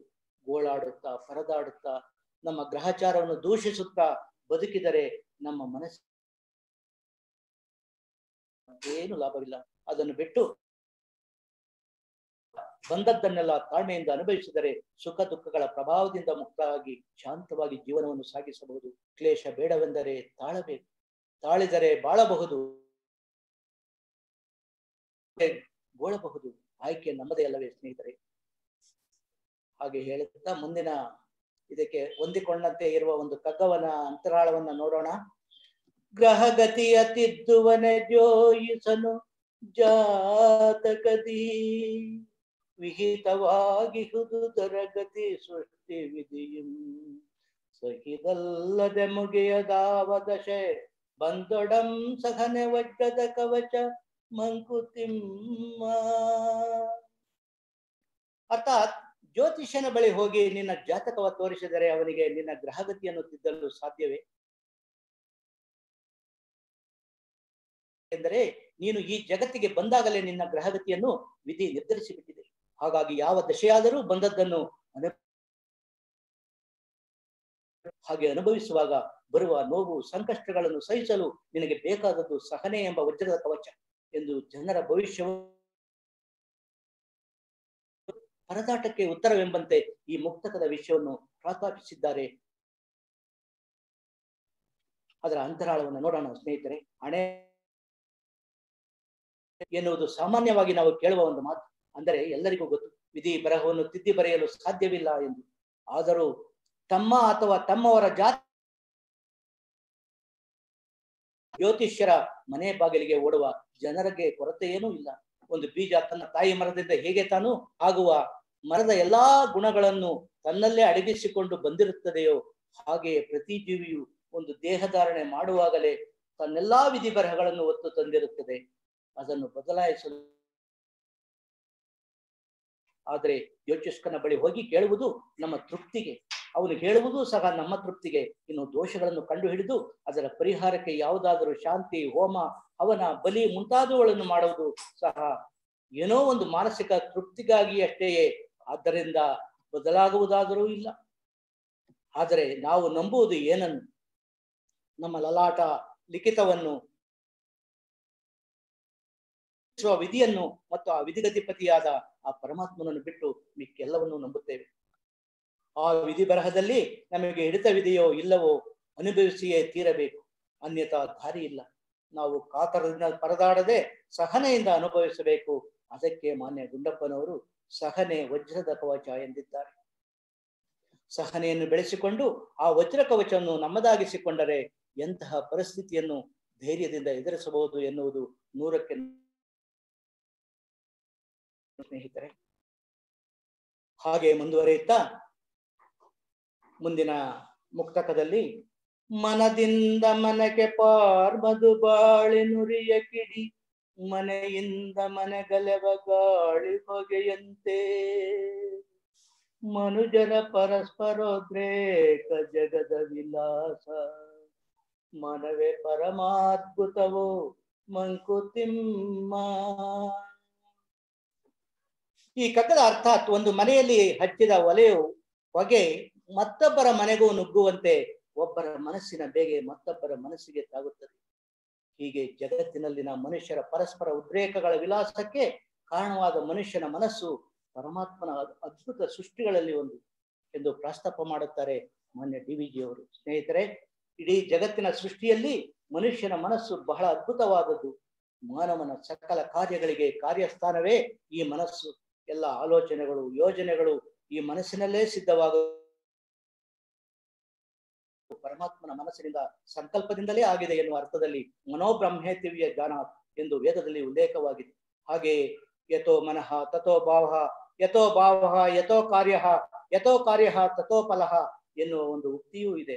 ಅರ್ಥಾತ್ ಮನದ ಭಾವವೇ ಕಾರ್ಯರೂಪಕ್ಕೆ ಬಂದು ಫಲ ನೀಡುತ್ತದೆ ಎಂದು. ಹಾಗಾಗಿ ಮನದ ಭಾವ ಹೇಗಿದ್ದರೆ ಹಾಗೆಯೇ ನಮಗೆ ಸಿಗುವ ಫಲಗಳು ಇರುತ್ತವೆ. ಈ ಮನಸ್ಸು ಒಂದು ವಿಚಿತ್ರ, ಸದಾಕಾಲ ಆಲೋಚನೆಗಳ ಮಹಾಪುರವೇ ಇಲ್ಲಿ ಹರಿಯುತ್ತಿರುತ್ತದೆ. ಬೇಕಾದ ಬೇಡಾದ ಸಾಧ್ಯವಾದ ಅಸಾಧ್ಯವಾದ ಒಳ್ಳೆಯ ಕೆಟ್ಟ ಕೆಲಸ ಕೆಟ್ಟ ಆಲೋಚನೆಗಳ ಪ್ರವಾಹ ಮನಸ್ಸಿನಲ್ಲಿ ಯಾವಾಗಲೂ ಹರಿಯುತ್ತಿರುತ್ತದೆ. ಆದರೆ ಇಲ್ಲಿ ಹೇಳುವ ಆಲೋಚನೆಗಳು ಅಲ್ಲಿಯೇ ಇರುವುದಿಲ್ಲ, ಮನದಿಂದ ಮನಕ್ಕೆ ಹರಡುತ್ತದೆ. ಇದರೊಳಗೆ ಉಂಟಾದ ಆಲೋಚನೆಗಳು ಕಾಳ್ಗಿಚ್ಚಿನಂತೆ ಅನ್ಯರ ಮನೆಗಳಿಗೂ ಹರಡಿಬಿಡುತ್ತವೆ. ಅದು ಸಂತೋಷದ ವಿಷಯವಾದರೆ ಅನ್ಯರ ಮನಸ್ಸುಗಳಿಗೆ ಹರಡಿ ಅವರಲ್ಲಿ ಬಹುಪಾಲು ಅಸೂಯೆಯ ಭಾವವನ್ನು ಉಂಟು ಮಾಡುತ್ತದೆ, ಕಿಚ್ಚು ಹಚ್ಚುತ್ತದೆ. ಏಕೆಂದರೆ ಇಂದು ಪರರ ಸಂತಸದಲ್ಲಿ ಸಂತಸ ಪಡುವವರ ಸಂಖ್ಯೆ ಬಹಳ ಕಡಿಮೆಯಾಗಿದೆ. ಇನ್ನು ದುಃಖದ ವಿಚಾರವಾದರೆ ಸಾಂತ್ವನವನ್ನು ಯಾಚಿಸುವಂತೆ ಅದು ಅನ್ಯರ ಮನಗಳಿಗೆ ಖಂಡಿತ ಹರಡುತ್ತದೆ.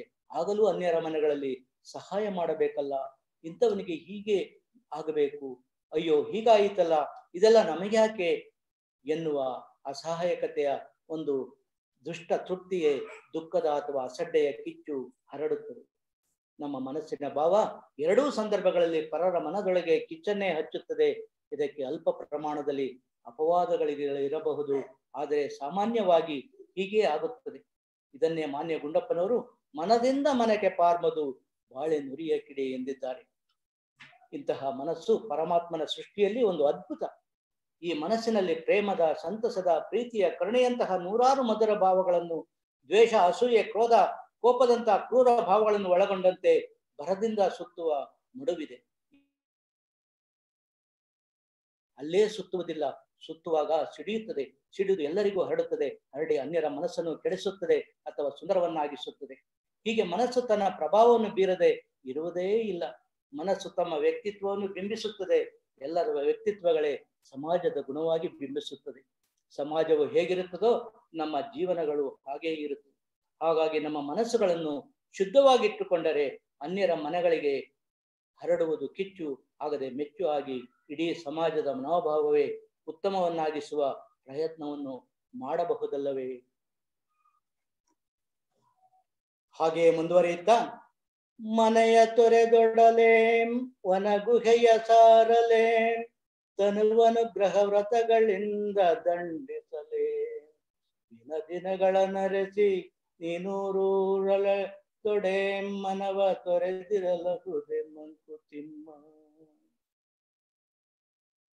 ಅರ್ಥಾತ್ ಮನೆಯ ತೊರೆದು ಹೋದರೇನು, ಅಥವಾ ತಪಸ್ಸಿಗೆಂದು ಕಾಡಿನ ಗುಹೆಗಳಲ್ಲಿ ಸೇರಿದರೇನು, ಅಥವಾ ಹಠಯೋಗ ಮುಂತಾದ ಕಠಿಣ ವ್ರತಗಳಿಂದ ದೇಹವನ್ನು ದಂಡಿಸಿದರೇನು, ಅಥವಾ ಸುಖವನ್ನು ಹುಡುಕುತ್ತಾ ಒಂದು ಊರಿಂದ ಬೇರೆ ಬೇರೆ ಊರಿಗೆ ಹೋದರೇನು, ನಮ್ಮ ಮನಸ್ಸನ್ನು ತೊರೆಯಲಾಗುವುದೇ ಎಂದು ನಮ್ಮ ಮತ್ತು ಮನಸ್ಸಿನ ಅವಿನಾಭಾವ ಸಂಬಂಧವನ್ನು ಪ್ರಸ್ತಾಪಿಸುತ್ತಾರೆ ಮಾನ್ಯ DVG ಅವರು ಈ ಕಥದಲ್ಲಿ.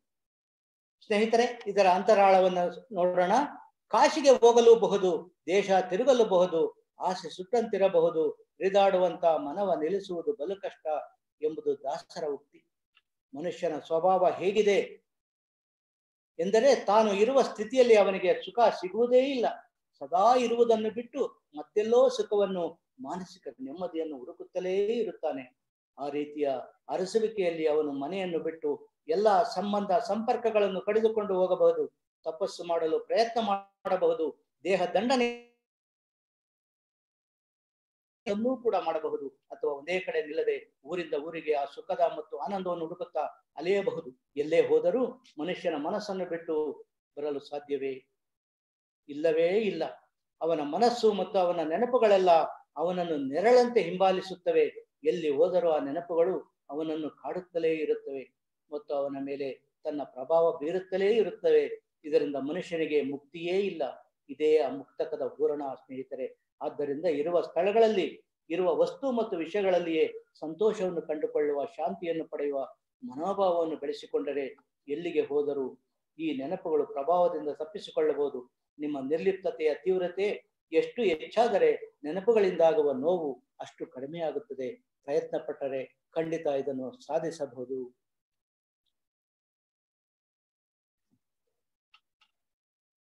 ಸೊ ಇನ್ನು ಒಂದು ಕಗ್ಗದೊಡನೆ ನಾವು ಕೊನೆಯ ಹಂತಕ್ಕೆ ಬರೋಣ ಸ್ನೇಹಿತರೆ.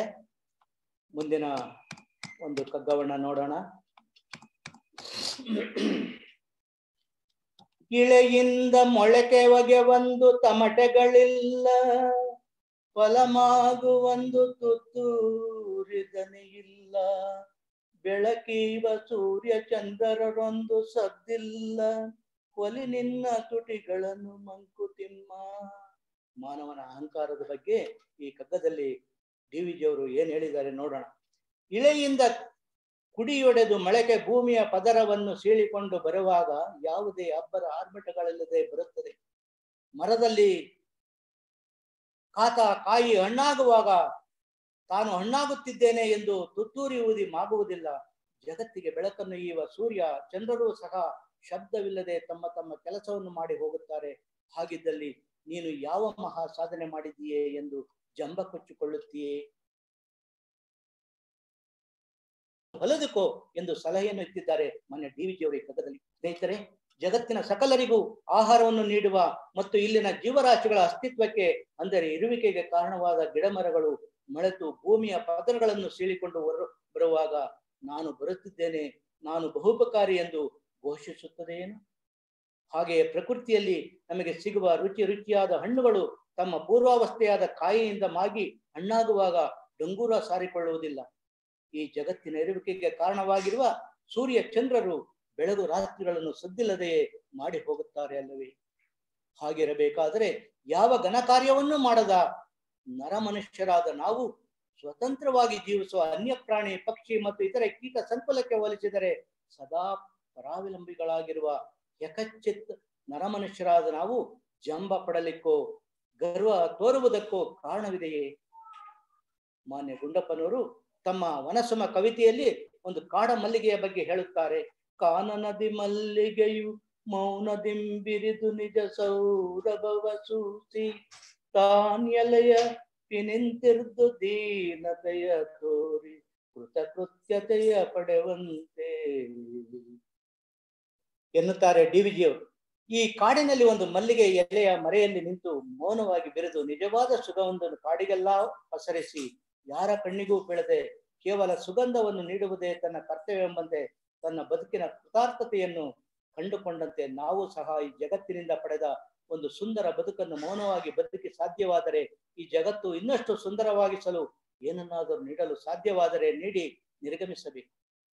ಅದು ಬದುಕಿನ ಸಾರ್ಥಕತೆ.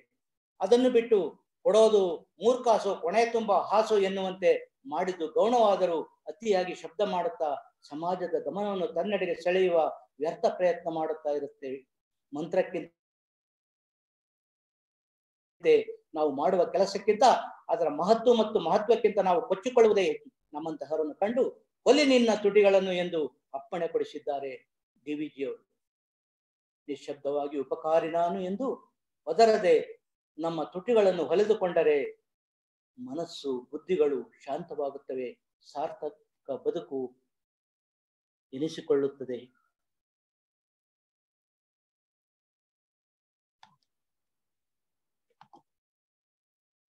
ಕಾಲದ ಅಭಾವದಿಂದ ಸ್ನೇಹಿತರೆ ಇಲ್ಲಿಗೆ ನಾವು ಈ ಒಂದು ಚಿಂತನೆಯನ್ನ ಮುಕ್ತಾಯಗೊಳಿಸಿಕೊಳ್ಳೋಣ. ಸೊ ಇಷ್ಟೊತ್ತನು ಕೂಡ ಈ ಒಂದು ಆತ್ಮ ಸಂಗಮ ಕಾರ್ಯಕ್ರಮದಲ್ಲಿ ಎಲ್ಲರೂ ಭಾಗವಹಿಸಿ ಶಾಂತ ಚಿತ್ತದಿಂದ ನೀವೆಲ್ಲರೂ ಈ ಒಂದು ಜ್ಞಾನವನ್ನು ಆಲಿಸಿದ್ದೀರಿ ಅಂತ ನಾನು ಅಂದುಕೊಳ್ಳುತ್ತಾ, ಈ ಒಂದು ಕಾರ್ಯಕ್ರಮದ ಆಯೋಜಕರಾದ ಕರ್ನಾಟಕ ವಲಯದ ಡಾಕ್ಟರ್ ಧನಪತಿ ಅವರಿಗೂ ನನ್ನ ವಂದನೆಗಳನ್ನು ಸಲ್ಲಿಸ್ತಾ, ಉಪ ಪ್ರಾಧ್ಯಾಪಕರಾದ ಅಧ್ಯಕ್ಷರಾದ ವಿಜಯ ಮೇಡಮ್ ಅವರನ್ನು ವಂದಿಸುತ್ತಾ ಅವರಿಗೆ ನಮಸ್ಕಾರಗಳನ್ನು ತಿಳಿಸುತ್ತಾ, ಹಾಗೆಯೇ ಈ ಕಾರ್ಯಕ್ರಮವನ್ನು ನಿರೂಪಣೆ ಮಾಡಿರ್ತಕ್ಕಂಥ ನಮ್ಮ ಸುಗಂಧಿನಿ ಮೇಡಮ್ ಮತ್ತೆ ಅವರ ಎಲ್ಲ ತಂಡದ ಅವರಿಗೂ ಕೂಡ ನನ್ನ ನಮಸ್ಕಾರಗಳನ್ನು ಸಲ್ಲಿಸ್ತಾ ಇವತ್ತಿನ ಈ ಒಂದು ಕಿರು ಚಿಂತನೆಯನ್ನ ಇಲ್ಲಿಗೆ ನಾನು ಮುಕ್ತಾಯ ಮಾಡಿಕೊಳ್ಳುತ್ತೇನೆ. ಎಲ್ಲರಿಗೂ ನಮಸ್ಕಾರ. ಬಾಳ್ಗೆ ಸಮೃದ್ಧಿಯೊಂದಿಗೆ. ಬಾಳ್ಗೆ ಸಮೃದ್ಧಿಯೊಂದಿಗೆ. Thank you sir, thank you so much ಈ ದಿನದ ಚಿಂತನೆಯನ್ನ ನಡೆಸಿಕೊಟ್ಟಿದ್ದಕ್ಕೆ. Thank you madam, thank you very much. ಸ್ನೇಹಿತರೆ, ಈ ದಿನದ ಚಿಂತನೆಯನ್ನ ನಡೆಸಿಕೊಟ್ಟಂತಹ ಪ್ರಾಧ್ಯಾಪಕರಿಗೆ ಧನ್ಯವಾದಗಳು. ಸ್ನೇಹಿತರೆ, ಈ ದಿನದ ಚಿಂತನಾ ವಿಷಯದ ಬಗ್ಗೆ ಯಾರಿಗಾದರೂ ಪ್ರಶ್ನೆಗಳಿದ್ರೆ ಹ್ಯಾಂಡ್ ರೈಸ್ ಬಟನ್ ಕ್ಲಿಕ್ ಮಾಡಿ ನೀವು ಪ್ರಶ್ನೆಗಳನ್ನ ಕೇಳಬಹುದು. ನೀವು ಪ್ರಶ್ನೆಗಳನ್ನ ಕೇಳುವ ಮುಂಚೆ ಒಂದು ಅತಿ ಪ್ರಮುಖವಾದ ಸೂಚನೆ ಇದೆ ಸ್ನೇಹಿತರೆ. ವಿಶ್ವ ಸಮುದಾಯ ಸೇವಾ ಸಂಘ ಶಾಖೆಯಾಗಿರುವ ವಿಷನ್ ಫಾರ್ ವಿಸ್ಡಮ್ ಆಯೋಜಿಸಿರುವ ಆನ್ಲೈನ್ ಸ್ಕೈ ಫೌಂಡೇಶನ್ ಕೋರ್ಸ್ ಈಗ ಕನ್ನಡ ಭಾಷೆಯಲ್ಲಿ ಲಭ್ಯವಿದೆ. ಈ ಕರೋನಾ ಎಂಬ ಸಂಕಷ್ಟದ ಕಾಲದಲ್ಲಿ ಮಾನಸಿಕವಾಗಿ ಬಹಳ ನೊಂದಿರುವವರಿಗೆ ಮತ್ತು ಆರೋಗ್ಯದ ಸಮಸ್ಯೆ ಇರುವವರಿಗೆ, ಧ್ಯಾನ ಕೇಂದ್ರಕ್ಕೆ ಬರಲು ಸಾಧ್ಯವಾಗದೇ ಇರುವವರಿಗೆ ಈ ಕೋರ್ಸ್ ಬಹಳ ಉಪಯುಕ್ತವಾಗಿದೆ. ಅಂತವರು ಈ ಅಭ್ಯಾಸಕ್ಕೆ ತೊಡಗಿಸಿಕೊಳ್ಳಲು www.kundaliniyoga.edu ಎಂಬ ವೆಬ್ಸೈಟ್ನ ಮೂಲಕ ನಿಮ್ಮ ಹೆಸರುಗಳನ್ನ ನೋಂದಾಯಿಸಿಕೊಳ್ಳಲು ಈ ಮೂಲಕ ವಿನಂತಿಸಿಕೊಳ್ಳುತ್ತೇವೆ ಸ್ನೇಹಿತರೆ. ಇದಲ್ಲದೆ ಶಾಲಾ ಕಾಲೇಜು ತೆರೆಯದೇ ಇರುವ ಈ ಕಾಲದಲ್ಲಿ ಮಕ್ಕಳಿಗೆ ಸದ್ಗುಣಗಳನ್ನ ಬೆಳೆಸಿಕೊಳ್ಳಲು, ಆರೋಗ್ಯವನ್ನ ಕಾಪಾಡಿಕೊಳ್ಳಲು ಮತ್ತು ಪರೀಕ್ಷೆಗಳನ್ನ ಧೈರ್ಯವಾಗಿ ಎದುರಿಸಲು ಇದೊಂದು ಉತ್ತಮವಾದ ಸದಾವಕಾಶ ಸ್ನೇಹಿತರೆ. ಇದಕ್ಕಾಗಿ ವಿಷನ್ ಫಾರ್ ವಿಸ್ಡಮ್ ರವರು ವಿದ್ಯಾರ್ಥಿಗಳಿಗಾಗಿ ಈ ಆನ್ಲೈನ್ ಫೌಂಡೇಶನ್ ಕೋರ್ಸ್ ಅನ್ನ ಕಡಿಮೆ ದರದಲ್ಲಿ ನೀಡುತ್ತಿದ್ದಾರೆ. ದಯವಿಟ್ಟು ನಿಮ್ಮ ಮಕ್ಕಳನ್ನ ಈ ಒಂದು ಶಿಕ್ಷಣಕ್ಕೆ ಸೇರಿಸಲು ಈ ಮೂಲಕ ವಿನಂತಿಸಿಕೊಳ್ಳುತ್ತೇವೆ. ಜೊತೆಗೆ ಆರೋಗ್ಯವಾಗಿ ಇರುವವರು ಕೂಡ ಮುಂದೆ ಬರುವ ರೋಗಗಳಿಂದ ರೋಗ ಮುಕ್ತರಾಗಲು ಈ ಅಭ್ಯಾಸಗಳು ಬಹಳ ಹೆಚ್ಚಿನದಾಗಿ ಉಪಯುಕ್ತವಾಗಿರುತ್ತೆ. ಅಂತವರು ತಕ್ಷಣ ಎಲ್ಲರೂ ಈ ವೆಬ್ಸೈಟ್ ಅನ್ನ ನೋಡಿ ತಮ್ಮ ತಮ್ಮ ಹೆಸರುಗಳನ್ನ ನೋಂದಾಯಿಸಿ. ಜೊತೆಗೆ ಈ ದಿನ ಸಾಯಂಕಾಲದವರೆಗೆ ಕಾಲಾವಕಾಶ ಇದೆ ಸ್ನೇಹಿತರೆ. ಈ ದಿನ 4ನೇ ಬ್ಯಾಚ್ ಆರಂಭವಾದಂತಹ ದಿನ. ಈ ದಿನ ಸಂಜೆ ಒಳಗೆ ಯಾರಿಗಾದರೂ ಆಸಕ್ತಿ ಉಳ್ಳವರು ತಮ್ಮ ತಮ್ಮ ಹೆಸರುಗಳನ್ನ ಈ ವೆಬ್ಸೈಟ್ ಮೂಲಕ ನೋಡಿ ಹೆಸರನ್ನ ನೋಂದಾಯಿಸಿಕೊಂಡು ದೈವ ಹಾಗೂ ಗುರುವಿನ ಕೃಪೆಗೆ ಪಾತ್ರರಾಗುವಂತೆ ತಮ್ಮಲ್ಲಿ ಈ ಮೂಲಕ ವಿನಂತಿಸಿಕೊಳ್ಳುತ್ತೇವೆ ಸ್ನೇಹಿತರೆ. ಈಗ ಪ್ರಶ್ನೆಗಳೊಂದಿಗೆ ಮುಂದುವರಿಯೋಣ.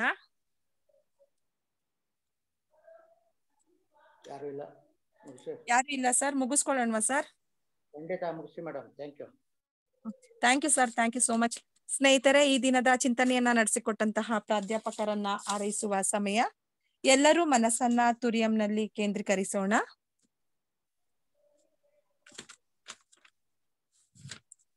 ಪ್ರೊಫೆಸರ್ ಶ್ರೀನಿವಾಸಯ್ಯ ಮತ್ತು ಅವರ ಕುಟುಂಬ ಬಾಳ್ಗೆ ಸಮೃದ್ಧಿಯೊಂದಿಗೆ, ಅವರ ದೇಹಾರೋಗ್ಯ ಬಾಳ್ಗೆ ಸಮೃದ್ಧಿಯೊಂದಿಗೆ, ಅವರ ಆಧ್ಯಾತ್ಮಿಕ ಸೇವೆ ಹೀಗೆ ನಿರಂತರವಾಗಿ ನಡೆಯಲಿ ಎಂದು ಹಾರೈಸೋಣ.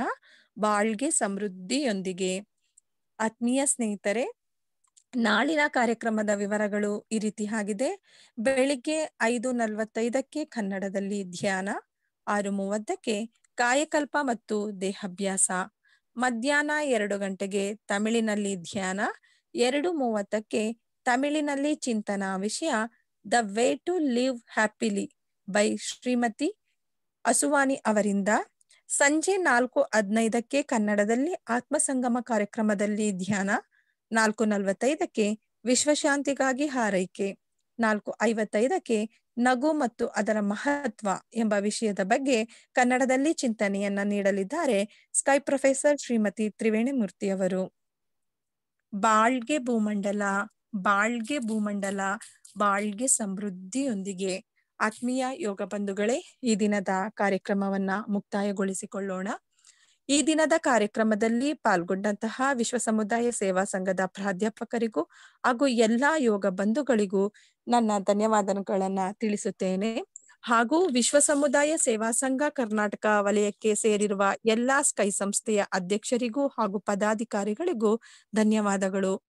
ಕರ್ನಾಟಕದಲ್ಲಿರುವ ಎಲ್ಲಾ ಧ್ಯಾನ ಕೇಂದ್ರಗಳಲ್ಲಿ ಸೇವೆ ಸಲ್ಲಿಸುತ್ತಿರುವ ಎಲ್ಲಾ ಮಾಸ್ಟರ್ ಹಾಗೂ ಪ್ರೊಫೆಸರ್ಗಳಿಗೂ ಧನ್ಯವಾದಗಳು. ಮತ್ತು ಈ ಆತ್ಮ ಸಂಗಮ ಕಾರ್ಯಕ್ರಮ ಯಶಸ್ವಿ ಪೂರ್ಣವಾಗಿ ನಡೆಯಲು ಪ್ರಮುಖ ಪಾತ್ರ ವಹಿಸಿರುವಂತಹ ವಿಶ್ವ ಸಮುದಾಯ ಸೇವಾ ಸಂಘ ಕರ್ನಾಟಕ ವಲಯದ ಅಧ್ಯಕ್ಷರಿಗೂ ಹಾಗೂ ಸ್ಮಾರ್ಟ್ ಶಾಖೆಯ ಉಪಾಧ್ಯಕ್ಷರ ಮಾರ್ಗದರ್ಶನಕ್ಕಾಗಿ ನಿಮ್ಮೆಲ್ಲರ ಪರವಾಗಿ ಕೃತಜ್ಞತೆಗಳನ್ನ ಸಲ್ಲಿಸುತ್ತೇನೆ. ಹಾಗೂ ದೈವಿಕ ಮಹಾಶಕ್ತಿಯ ಕರುಣೆಯಿಂದ ಎಲ್ಲರಿಗೂ ದೇಹಾರೋಗ್ಯ, ದೀರ್ಘಾಯಸ್ಸು, ಸಾಕಷ್ಟು ಐಶ್ವರ್ಯ, ಉನ್ನತ ಕೀರ್ತಿ, ಸತ್ಯಜ್ಞಾನ ಪಡೆದು ಉನ್ನತವಾಗಿ ಬಾಳುವಂತಾಗಲಿ ಎಂದು ಹಾರೈಸಿ ವಿಶ್ವ ಸಮುದಾಯ ಸೇವಾ ಸಂಘ ಕರ್ನಾಟಕ ವಲಯಕ್ಕೆ ವಂದಿಸುತ್ತಾ, ತಮ್ಮೆಲ್ಲರಿಗೂ ವಂದಿಸುತ್ತಾ, ವಿಶ್ವಶಾಂತಿ ಪ್ರಾರ್ಥನೆಯೊಂದಿಗೆ ಈ ದಿನದ ಕಾರ್ಯಕ್ರಮವನ್ನ ಮುಕ್ತಾಯಗೊಳಿಸಿಕೊಳ್ಳೋಣ. ಬಾಳ್ಗೆ ಭೂಮಂಡಲ, ಬಾಳ್ಗೆ ಭೂಮಂಡಲ, ಬಾಳ್ಗೆ ಸಮೃದ್ಧಿಯೊಂದಿಗೆ. ಶಾಂತಿ ಶಾಂತಿ ಶಾಂತಿ. ವಿಶ್ವಕ್ಕೆಲ್ಲ ಸಕಾಲಿಕ ಮಳೆ ಸಾಕಷ್ಟು ಸುರಿಯಲಿ, ರೈತರೆಲ್ಲ ಧಾನ್ಯವನ್ನು ಹುಮ್ಮಸ್ಸಿನಿಂದ ಬೆಳೆಯಲಿ, ಹಲವು ಉದ್ಯೋಗಗಳ ಮಾಡುತ್ತಿರುವ ಕಾರ್ಮಿಕರು ಉನ್ನತಿಯಾಗಲಿ, ವಿವಿಧತೆಯಲ್ಲಿ ಏಕತೆ ಕಾಣುವ ಸಂಸ್ಕೃತಿಯನ್ನು ಉತ್ತಮವಾಗಿಸಲಿ, ಕಲಹಗಳು ಪೈಪೋಟಿ ಹಗೆತನ ಮೀರಿದ ಆಡಳಿತ ನಡೆಯಲಿ, ಅನಕ್ಷರತೆ ಸಾಲ ಬಡತನ ಕಳಂಕಗಳು ಮರೆಯಾಗಲಿ, ಸುಖ ಬಾಳನ್ನು ನೀಡುವ ಸತ್ಯ ಜ್ಞಾನ ಜ್ಯೋತಿ ಬೀರಲಿ, ನಮ್ಮ ಕರ್ತವ್ಯ ಧಾರ್ಮಿಕ ಬಾಳ್ವೆಯ ಗುರಿಯನ್ನೇ ಉತ್ತಮವಾಗಿಸಲಿ, ನಮ್ಮ ಕರ್ತವ್ಯ ಧಾರ್ಮಿಕ ಬಾಳ್ವೆಯ ಗುರಿಯನ್ನೇ ಉತ್ತಮವಾಗಿಸಲಿ, ನಮ್ಮ ಕರ್ತವ್ಯ ಧಾರ್ಮಿಕ ಬಾಳ್ವೆಯ ಗುರಿಯನ್ನೇ ಉತ್ತಮವಾಗಿಸಲಿ. ಬಾಳ್ಗೆ ಭೂಮಂಡಲ, ಬಾಳ್ಗೆ ಭೂಮಂಡಲ, ಬಾಳ್ಗೆ ಸಮೃದ್ಧಿಯೊಂದಿಗೆ.